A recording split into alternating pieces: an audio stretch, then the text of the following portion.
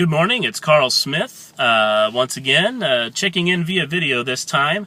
It is Wednesday, September 4th, as you can see over my shoulder here with the Woolner sign back here, that I am sitting outside of Legend Comics and Coffee in Omaha, Nebraska. The reason I'm here today is, I can't even lie, it's New Comic Book Day, as every Wednesday is. For thousands of comic book fans in the United States, this is the day when every new episode of many of your favorite TV shows is released on the same day. But unlike television, you pay per episode, and even some shows that if you just want to peek in, it's still pay for play. So at prices between $2.99 and $6.99 a pop, more if you get a graphic novel or a collected book, people come in on Wednesdays and purchase their weekly reading. And it's a fun hobby, I won't lie. But it's a hobby that I want to point out might apply more to this process of giving than you think.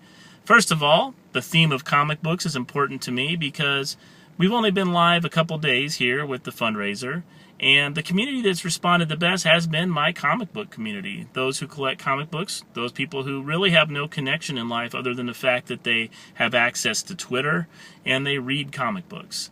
It's interesting to see who's been active and who's been silent. Now, I do want to say that this process of me posting my need on fundraiser is a lot more about exploring the ins and outs of giving, okay? This is about giving and helping foster attitudes and empowering people to ask when they have a need. I am fully aware that my own loan, my $300,000 student loan that I've posted, is self-inflicted. And I also know that retiring that loan is really a secondary goal here. I want this experiment to teach me and to teach others what it means to give, what it means to pull together small resources as a larger group to accomplish great things, and also help those have courage to ask when they're in need.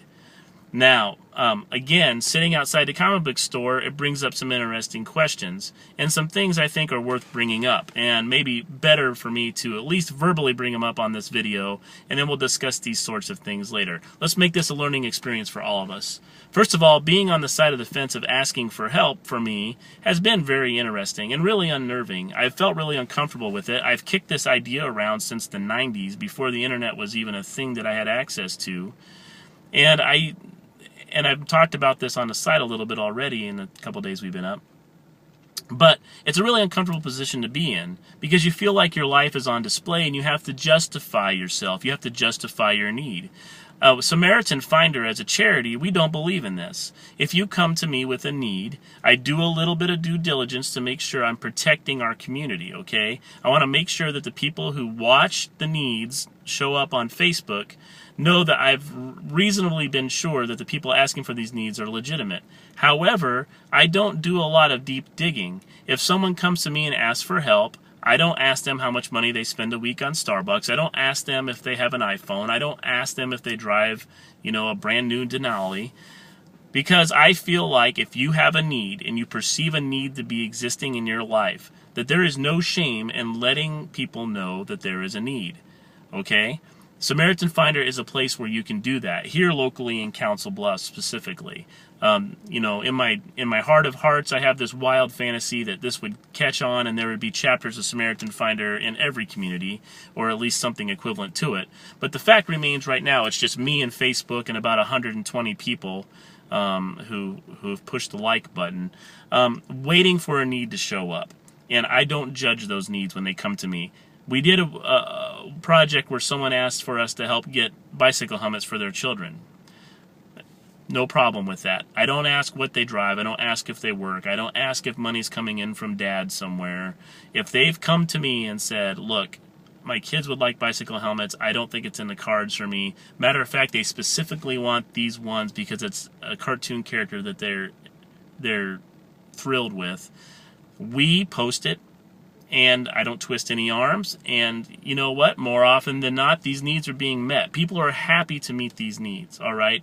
Giving, for those who have that giving attitude, is a joy. And when they have the resource to do it, they don't always need to know the specifics. They don't need to know that this person deserves it. They don't need to know that there's not someone out there that needs it more. It's just the fact they've been presented with the need. And I want Samaritan Finder to be that kind of place where if your television goes out in your family room, and that is where you and your kids get together and watch a few cartoons in the evening, all right? And a TV goes out. Now you have another television in the house, but it's not in the family room. And it's kind of a bummer that TV is out. And there's not a lot of money in the account for TV budget right now. Someone may have a television sitting in their house. Maybe they have recently had kids go off to college or get married. Maybe they just have an old TV they've replaced and it's sitting out in the garage and it gets used maybe for 2 Husker games a year. They may want to donate that TV to you. And I don't want to be the type of person that says, look, don't come to me asking for a television when there's people out there that aren't feeding their kids breakfast. That's not the type of charity Samaritan Finder is. Nor is Samaritan Finder the type of charity that says, how dare you ask for help when I know for a fact that you buy comics every week?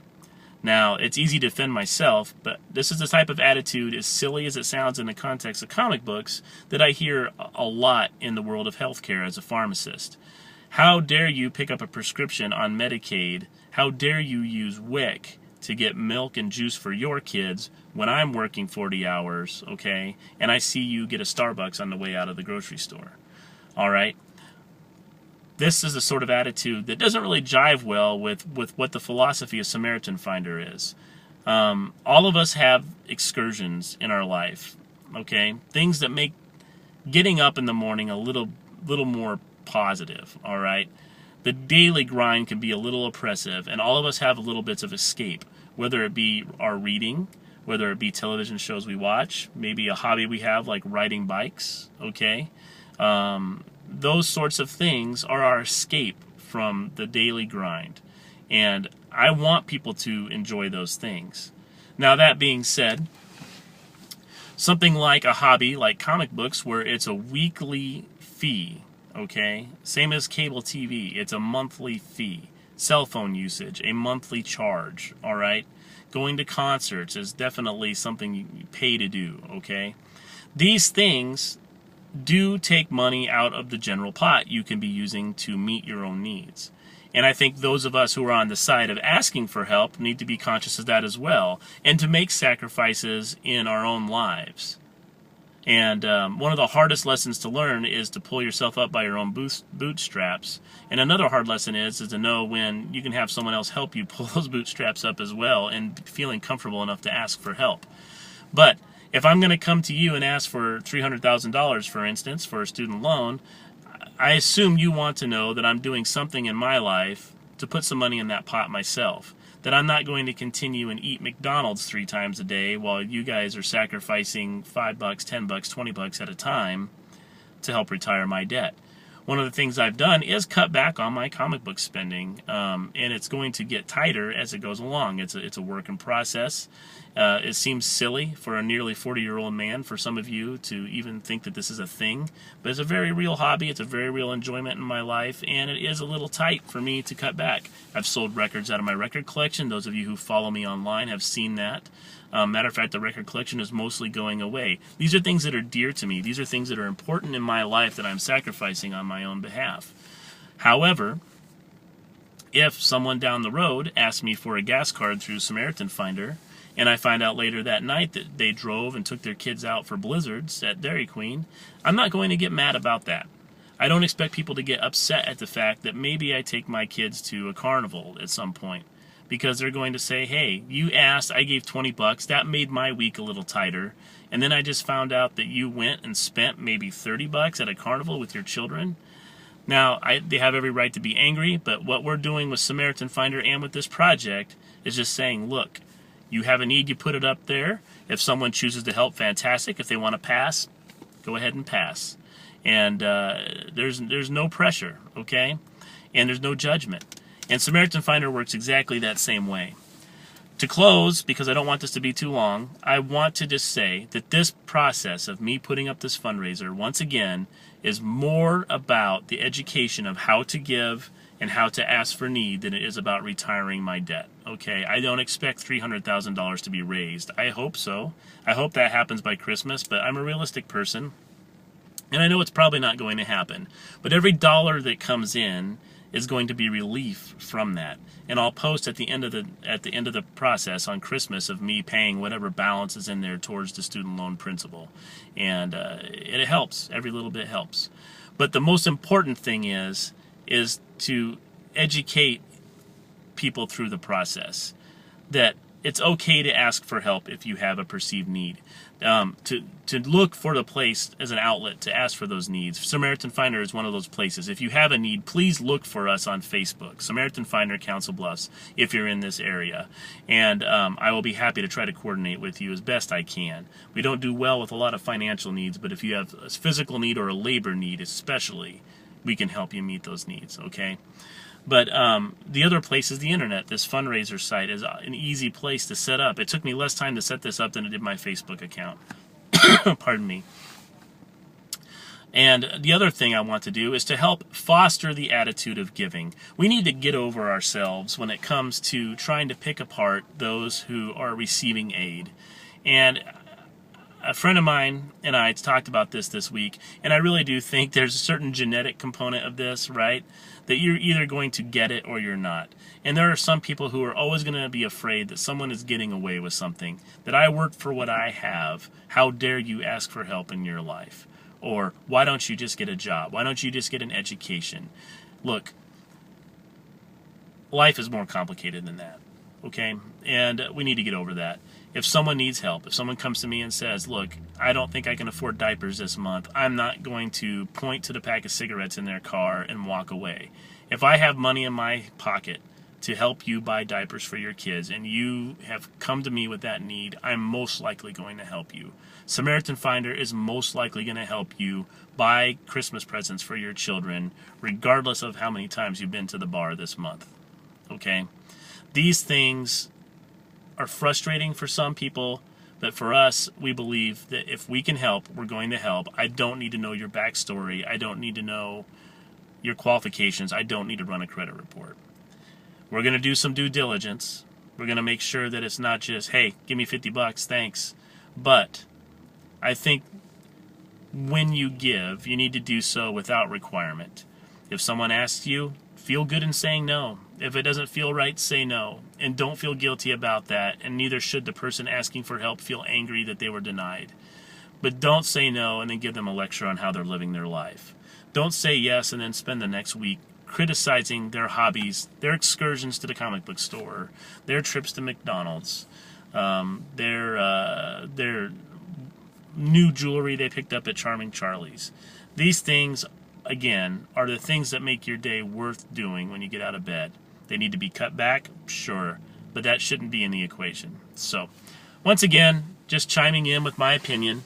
I'm sure there'll be those that disagree, but I just want to make this process educational and conversational, and I'll continue to pop in and kind of talk about the issues that come up at being on this side of receiving as well as on the giving side.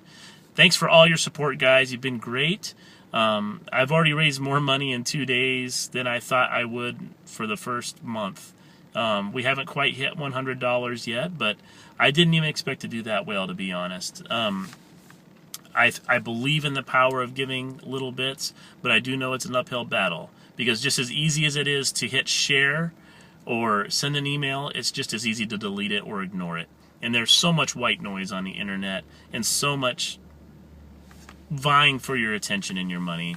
I do appreciate any chance you get to look into someone's need and to take that time and that resource and help someone's day get a little bit better. So keep your eyes open for opportunities to give, whether it's through my site, whether it's through Samaritan Finder, or just day to day. You know, train your ear to be listening for people who can use a little help, and reevaluate your own resources. Be honest about what's earmarked for recreation, and how much of that can be used to help others improve their lives. And never stop giving. Just never stop keeping that eye open and finding opportunities to reach out to your neighbors. And we'll see you around. Thanks, everybody.